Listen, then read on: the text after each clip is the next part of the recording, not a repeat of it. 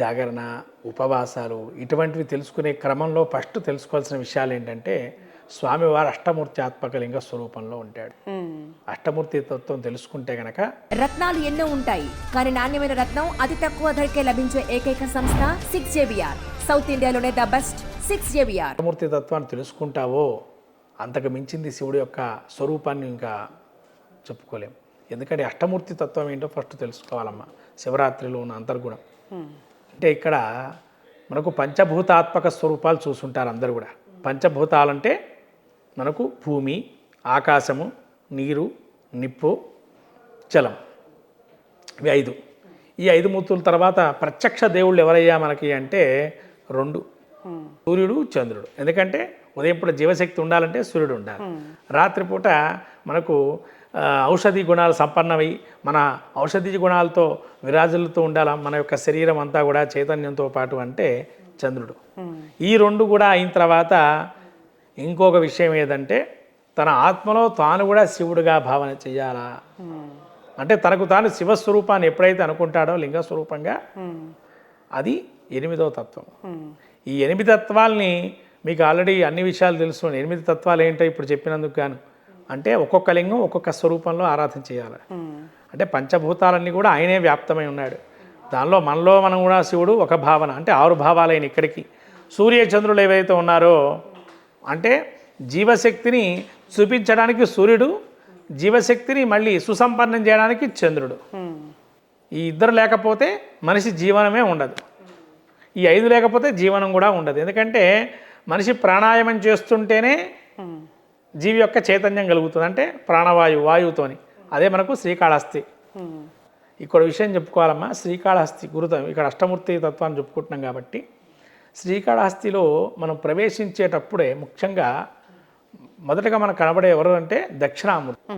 మౌనంగా ఉండి సనక సనందాలతో స్వామివారు కూర్చొని వాళ్ళకి ఈ యొక్క ఏ విధంగా ఉండాలి, ఒక గురువు ఏ విధంగా ఉండాలి అనే భావన చూపిస్తూ చెప్తూ ఉంటారు సనక సనందాలతో. గురువు యొక్క స్వరూపం అంటే మీరు ఇంకో విషయం కూడా చెప్పాలి. ఇక్కడ కూడా మనకు ఈ శ్రీకాళహస్తి క్షేత్రానికి వెళ్ళేటప్పుడు పోతూనే స్వామివారి దర్శనం చేసుకుంటూ ఉంటేనే మనము మొదటిగా పాప విముక్తుని చేస్తున్నాడు.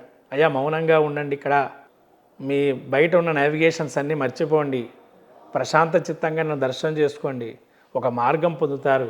ఇప్పటివరకు చేసిన పాపాలని క్షయించడానికి మౌనంగా ఉండండి, ఎవరిని దూషణ చేయకుండా ఉండండి, ఇక్కడ ప్రశాంత చిత్తుడై నీలోని శివుణ్ణి భావనగా ప్రకటితంగా మీరు చూడండి, అప్పుడే మీరు శివజ్ఞానాన్ని పొందారు. కానీ అమ్మవారు కూడా జ్ఞాన ప్రసూనాంబికాదేవి. ఇక్కడ కూడా చూడండి ఇక్కడ కూడా సాలెపురుగు, ఏనుగు, సర్పము ఆరాధన చేశారు.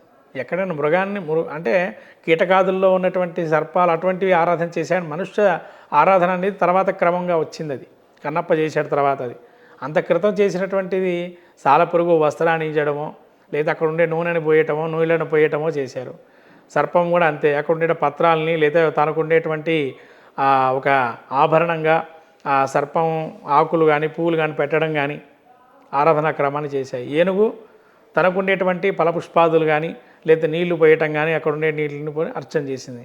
అంటే నోరు లేని జీవాలకి అంత విధానంగా శ్రీకాళహస్తీశ్వరుడు స్వరూపాన్ని వాయులింగంగా పూజ చేసి మోక్షగతులు పొందాయి. మన మానవుడు ఏ విధంగా ఆరాధన చేస్తే ఇంకెంత సాక్షాత్కారం పొందుతారు. ఇది గ్రహించాల్సిన విషయం.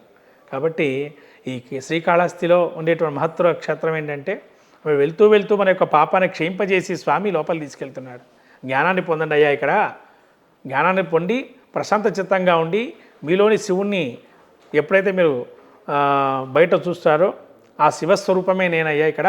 అందుకని గాలికి ఎక్కడా గాలిపోయే దుర్భేద్యమైనటువంటి గుహలో కూడా లోపల దేవాలయంలో కూడా అటువంటిది ఆ దీపము తొలుసుకలాడుతూ ఉంటుంది.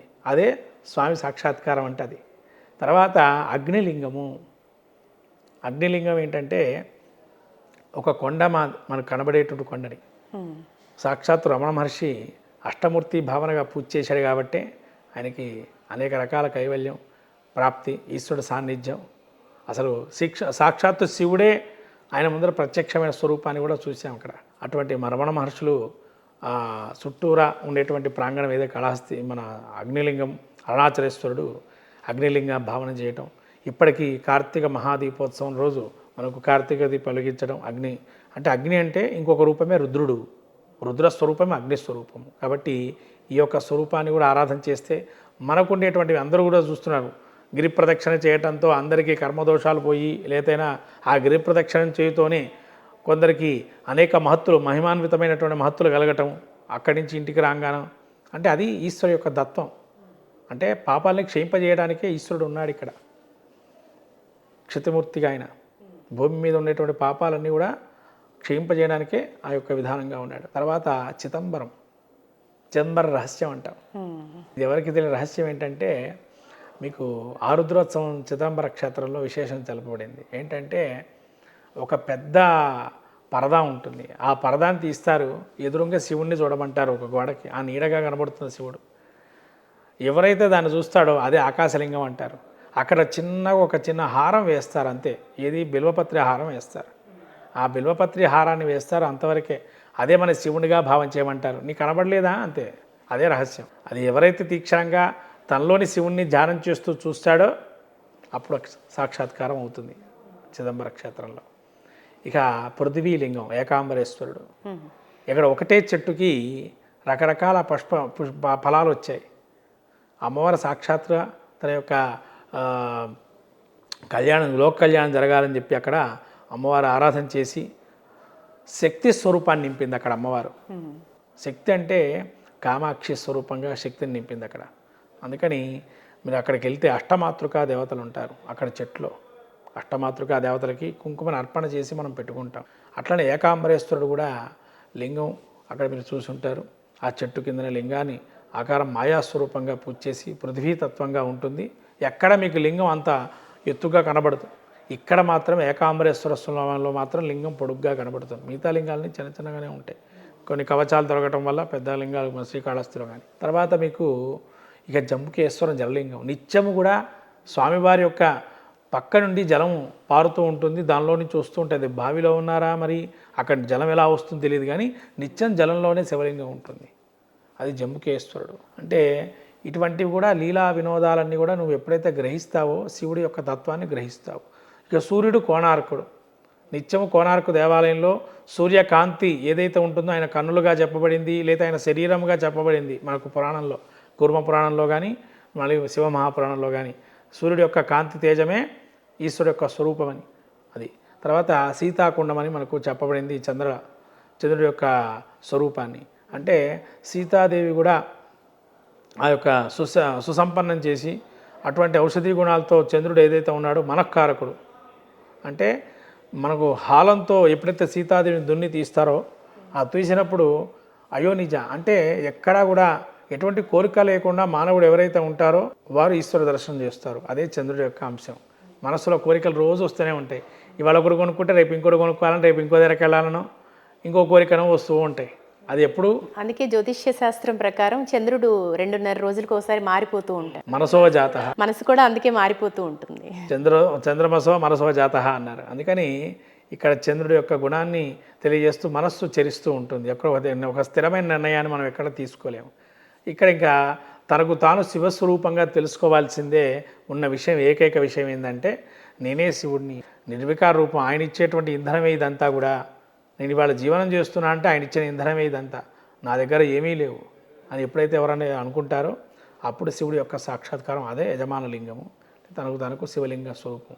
నా రుద్రమర్చేతన మహన్యాసం చెప్పబడుతుంది. ఇక్కడ అందరూ మహన్యాసపూర్వకంగా రుద్రాభిషేకం చేసుకుంటారు. కొంతమంది లఘున్యాసపూర్వక రుద్రాభిషేకం చేసుకుంటారు. కొంతమంది రావణ ప్రోక్త మహన్యాసపూర్వక రుద్రాభిషేకం ఉంటుంది. అలా కొందరికి ఇంకొక న్యాసం కూడా ఉంది. దీనిలో 3 న్యాసాలు బోధైన మహర్షి చెప్పిన న్యాసం ఒకటి. ఇలా న్యాసాల్లో కూడా 3 రకాలైనటువంటి న్యాసాలు ఉన్నాయి. ఎవరి శక్తి కొలది వాళ్ళు న్యాసపూర్వకంగా అభిషేకం చేసుకోవచ్చు. నారుద్రో రుద్రమర్చేత ఎప్పుడైతే అనుకుంటావు ఒక్క వాక్యం అనుకున్నా చాలు న్యాసం చేసిన ఫలితం వస్తుందని మనకు బోధైన మహర్షి చెప్పాడు. ఏంటయ్యా ఇక్కడ అంతరార్థం ఏంటంటే ఈశ్వరుని ఆరాధన చేయాలంటే తన ఈశ్వరుని యొక్క జ్ఞానాన్ని పొందాలి. అంటే నేనే ఈశ్వరుణ్ణి, నాలో ఉన్నాడు. అప్పుడు నీకు ఆ ఏకాగ్రత పెరుగుతుంది. ఏకాగ్రత పెరిగినప్పుడు ఏమవుతుంది, దాని మీద ధ్యాస కలుగుతుంది. అంటే లింగం మీద ఏకాగ్రత చిత్తంగా నువ్వు త్రికరణ శుద్ధిగా ఆరాధన చేస్తావు.